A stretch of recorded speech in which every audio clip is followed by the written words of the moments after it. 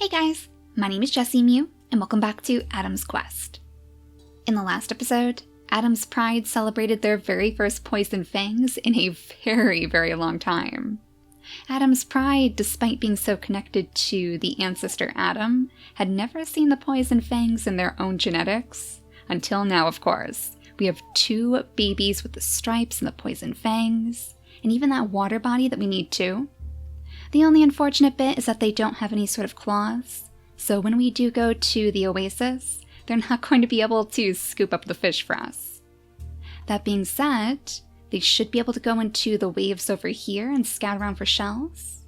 So I think that's exactly what they're going to do. They're going to take this little Krabbit's advice and head off toward the water. Anthem is a bit too young, but we can at least bring Cherry around this way. I'm pretty sure that Anthem is going to gain his second jump tomorrow, so despite the fact that Passion Fruit is just about to pass away, he should be safe and sound. That does also mean that their brothers should head back though. They're very, very similarly colored brothers, who are out here in the jungle looking for roots. They were the ones who put their father's remains to rest, and I'm sure they assumed that their involvement had something to do with Ballad moving on. It seemed as if he may have inhabited this Krabbit right here, and that's probably why these children want to make their way to the ocean, but I'm sure his spirit has left us now. So let's have you guys start making your way back. Of course, this carnivorous plant next to them is perfectly fine. It's not going to gobble them up, but they don't actually have a way to crack it open. Or no, they could crack it open, but they can't gather from it. That's the problem with those 2 digging paws. So I guess there's no reason for them to waste their turns. Luckily, it seems like these trees right here aren't spawning any apes. Maybe we should check just in case? I'm not sure if we've taken a look at these yet. If we can interact with them, that usually means that they'll spawn apes. But it looks like these are safe. Thank goodness, we don't need any apes popping up right next to the ports. Yeah, there's no roots out this way. So let's bring Dragon over to the old berry bush, right where he was born in fact, so that's probably very nostalgic for him. We'll see if they can make their way back to their family on the next turn. And Passion, I guess it's going to be up to you to gather the food. Pick those berries before the bunnies do, go ahead and dig up that root, and we'll have you just clear out a little bit of grass so your baby can toddle out of the nest and play. Oh my goodness, Newfawn, and did you just find a bunny? Now, he isn't often the hunter in this tribe. That's a role that's better left to some of the more healthier members of the tribe, like Rosemary, of course, and Braveheart. But since this little bunny is right underneath his feet, I don't think he's going to be able to resist. Oh no, and you're not even strong enough? Oh, Newfawn. I'm sure that Rosemary saw that. She's probably going to urge you to mind your health at least, because you do need to get to that healing fruit. So let's have her jump down here so she can finish off the bunny for you. And then you should be able to make your way all the way over to the healing fruit from your childhood. Gobble that up and you'll be feeling much, much better. I wonder if it might be a good idea for him to seek out some of his siblings. Messy or even Dukta could probably purr for him to help him take some of the edge off of his sickness, because it just tears through their lifespans now. I think they take 2 days worth of damage per day, right? I mean, it seems like he is just withering away. He's only 13 days old too, and he was practically on his deathbed, so we're gonna have to watch out for poor Newfawn. So go ahead and pick up that meat, Rosemary. You know, I guess she could offer to train their babies, Eagle Eye and whoever else they have to join the little band of knights. You better come on over here and breed with Newfawn again. And then I guess we'll have you maybe watch the moles for now, until you can use that nest. Yeah, one of you is going to have to teach the little babies how to hunt down those moles. You know, Eagle Eye would probably be a great mole hunter. We figure she's going to be very perceptive after all, thanks to her namesake. So she would be great at figuring out when to pounce on the moles, and when to back off so they won't get scared away. Now I'm pretty sure Komesi was over here to gather up some shells, but it looks like they may have been swept away by the tides. Oh, I think the bandit brothers are getting involved then. They swiped it away before you could pick it up yourself. I think it's because she's being a little bit too timid maybe, a little bit too cautious. She is still afraid of the water. And I wonder if Messy might notice. Oh my gosh, I just realized Messy and Messy. Do you think maybe Nuvan was the one who named her? Like maybe she didn't even really know her name when she washed up on this island? So maybe Nuvan named her in memory? Well, not really in memory, I guess it would be in honor of his sister. That's interesting, I wonder if they feel a bit of a bond because of that. But if we scoot Messy out of the way, then she can call the little golden baby over to the coconuts, and you could actually crack these open with your cracker jaw.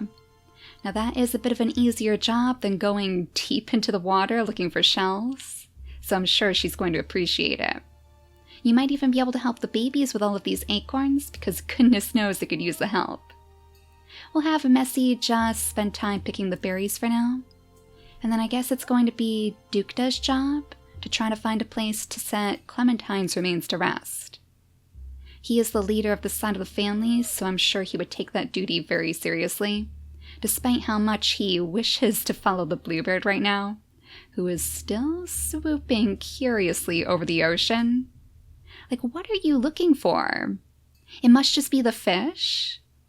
I don't know, or he's trying to tell our creatures that it's time for them to turn their attention to the water.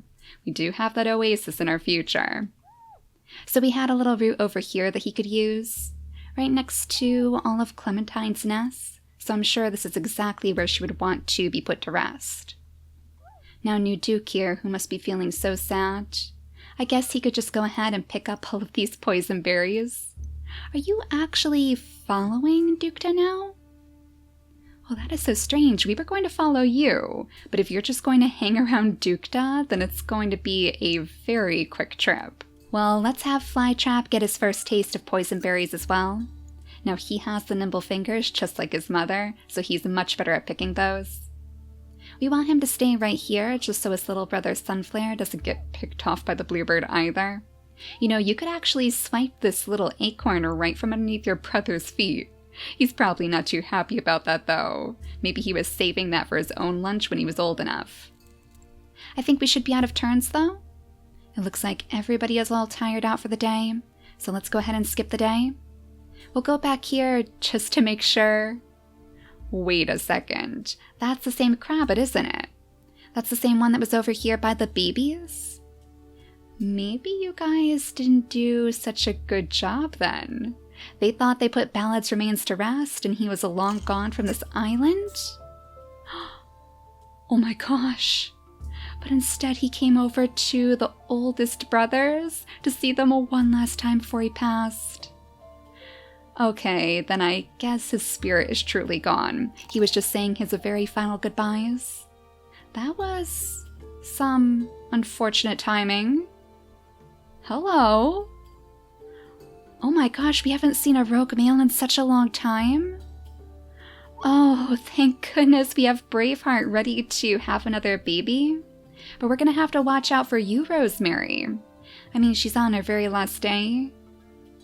Oh, that is shocking. Look at this little porcupine.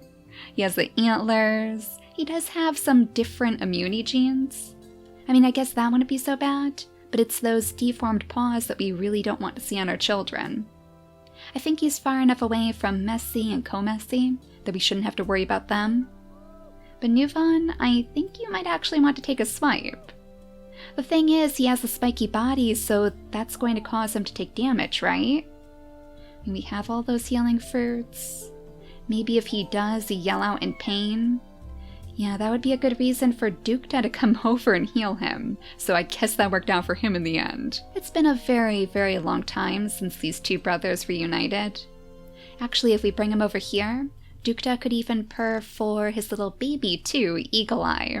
So it'll be a very happy reunion indeed. Oh, and you know, I just realized we could have just set Braveheart up in this nest instead. I forgot how many nests we have around this place. So yeah, I guess that's what we'll do. Despite the rogue male wandering in the distance, if he comes close enough to Braveheart though, she could probably take care of him herself. What are you actually doing, sir? This is the Sky Seeker's territory, so they are not going to put up with you wandering near them. Yeah, Nuvan, I know you're trying your best, but you're going to end up getting very, very hurt if you're not careful. Let's have Dukta come back here. That way he should be able to lead Nuvan straight over to this healing fruit, and he can heal himself again on the next turn. Now, Rosemary, I did want you to spend some time teaching the baby how to hunt, but instead, let's bring you over here because I just realized that she's completely alone. Oh my gosh, Eagle Eye. Alright, we need to be a little bit more perceptive to our surroundings. We need to take a page from Eagle Eye's book. I mean, I guess Rosemary could probably still teach Eagle Eye to hunt the moles if she goes over here to spend time with her mother. Then if Rosemary jumps over on this side, she should be able to take it out in one swipe. So there we go, at least on her final turn, she was able to take down one of those moles. She has to show her stuff somehow. She's been an excellent hunter for her family. She was also the one who showed Braveheart how to take down the Crabbits. And it looks like our rogue male friend might be moving toward the acorn tree now, but he is not going to be met with any friendly faces. In fact, if Flytrap gets involved, he might be able to poison the rogue male, so he'll spend less time bothering us. Maybe that would be a good idea. I'm sure he's noticed the commotion by now, and he seems like a pretty fiery individual anyway, doesn't he? He probably hears the rogue male with those big ears of his. Let's bring him up here. And if he tries to sneak around the grasses, we're going to use that last turn to hopefully poison him. So that leaves you, Sunflare, to finally reap the rewards of this tree. You can pick up all of the acorns. Braveheart can land her own swipe in on the rogue male. Oh no, I think he may have locked eyes with you, Rosemary. Well, that's not good.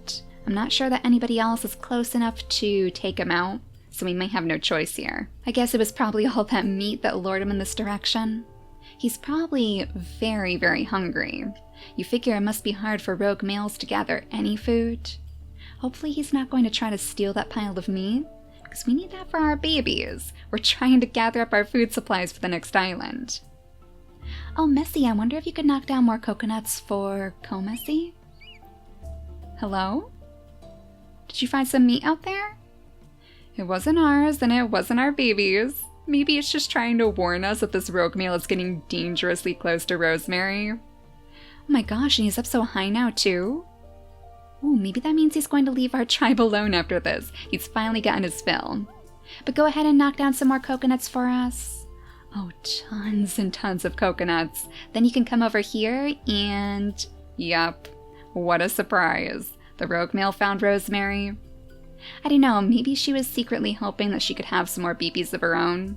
Like maybe having these new little grandchildren in the nest made her wish that she could have a bigger family. But it's just not meant to be. Even if we tried, we can't place a nest down now.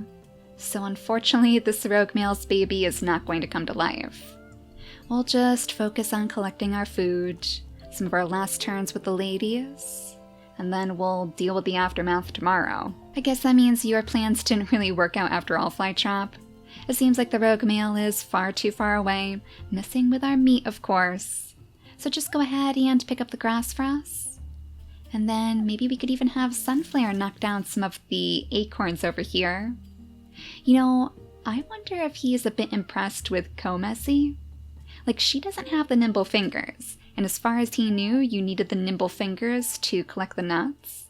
So seeing her crack open those coconuts is probably very, very impressive. He's probably copying Messy after watching her knock down so much food before. Starfruit will be able to help him out on the next turn. But for now, we'll just scoot her over here so she's behind our father. Maybe she's feeling a little bit timid too with all of this commotion. Now is Cherry growing up tomorrow? Yes, she is. So it might be time for you to make your grand escape into the ocean, because that's one place where the rogue male can't follow. Now she's going to be just fine down here with her water body. So let's have her see if she can find some of those shells. We'll have Anthem come down here too. We'll give him his second gem.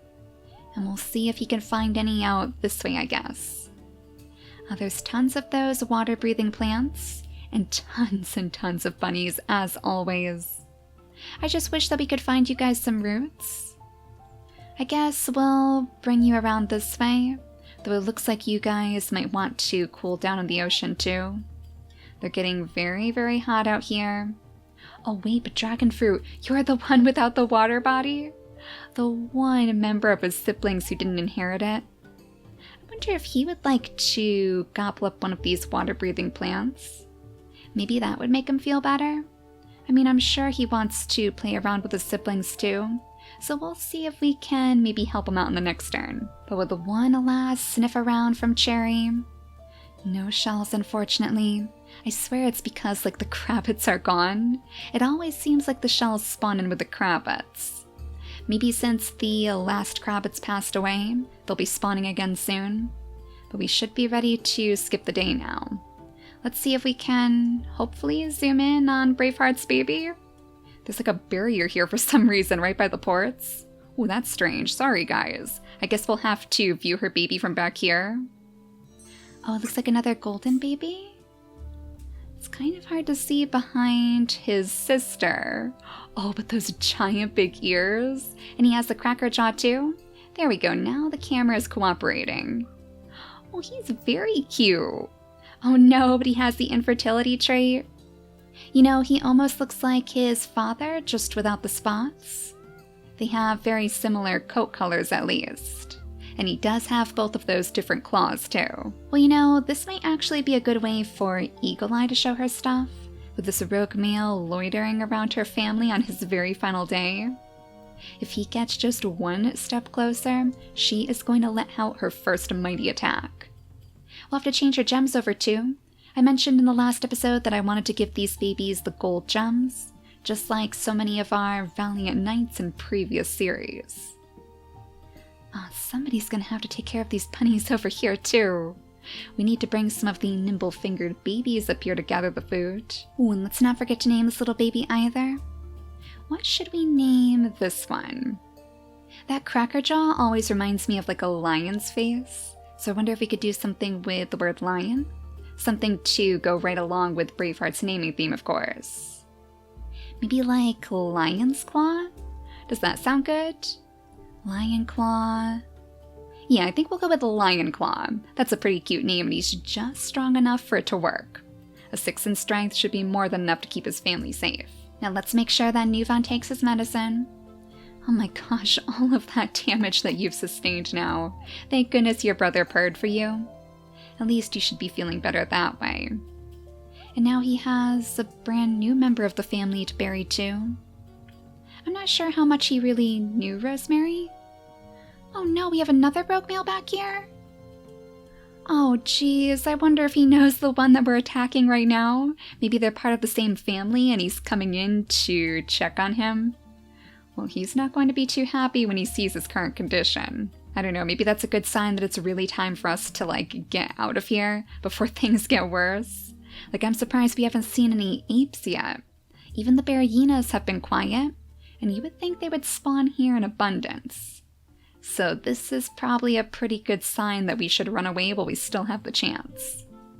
We definitely want to make sure that Messi and Comessi are coming with us. At the very least, they could pick up tons and tons of shells along the way. As long as Messi is at her side, I think Comessi will be feeling much more brave. So go ahead and scoop up the last of those berries. Then you can lead her right back down the shore.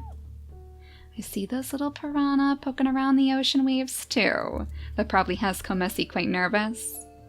I wonder if she had to battle with them when she was swept away by the waves. Maybe that's where her fear was born. But Messi isn't going to let anything happen to you. Maybe we'll even have her purr for Comessi again, because that magic did wear off while they were collecting food. Now Sunflare must be feeling so torn. I mean, I know he wants to stay here just to pick up all of his acorns, but he also really had eyes for Comessi. So I wonder if he's trying to decide now, like, should he follow in her shadow? Should he try to get her attention? Or should he just stay here and collect all of the food that he can possibly eat, now that his brother isn't here to steal it from under his toes? New Duke here, I'm sure, would try to convince Starfruit to follow everybody else. He knows how important she's going to be with that purse note of hers. She's the one kid that looks so much like Clementine. He knows that she has a grand destiny ahead of her too. So he'll pack up the very last of their poison berries to give her. Maybe even this nest as well. The very same one that their mother passed away in.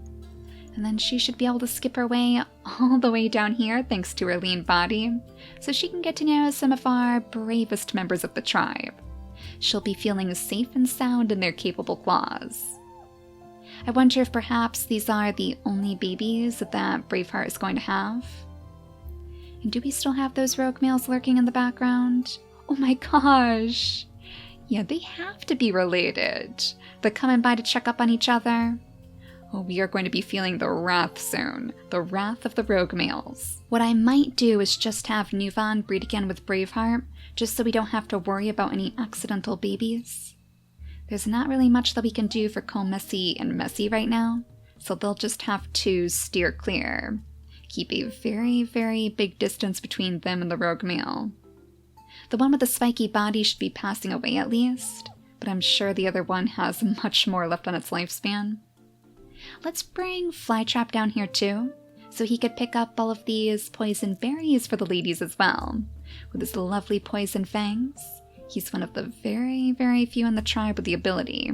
We could probably even swipe down these berry bushes again before we leave, but we'll let Flytrap collect the rest before we do that. Now Nuvan, if you settle down right here I suppose, that way we don't risk getting any of the babies sick.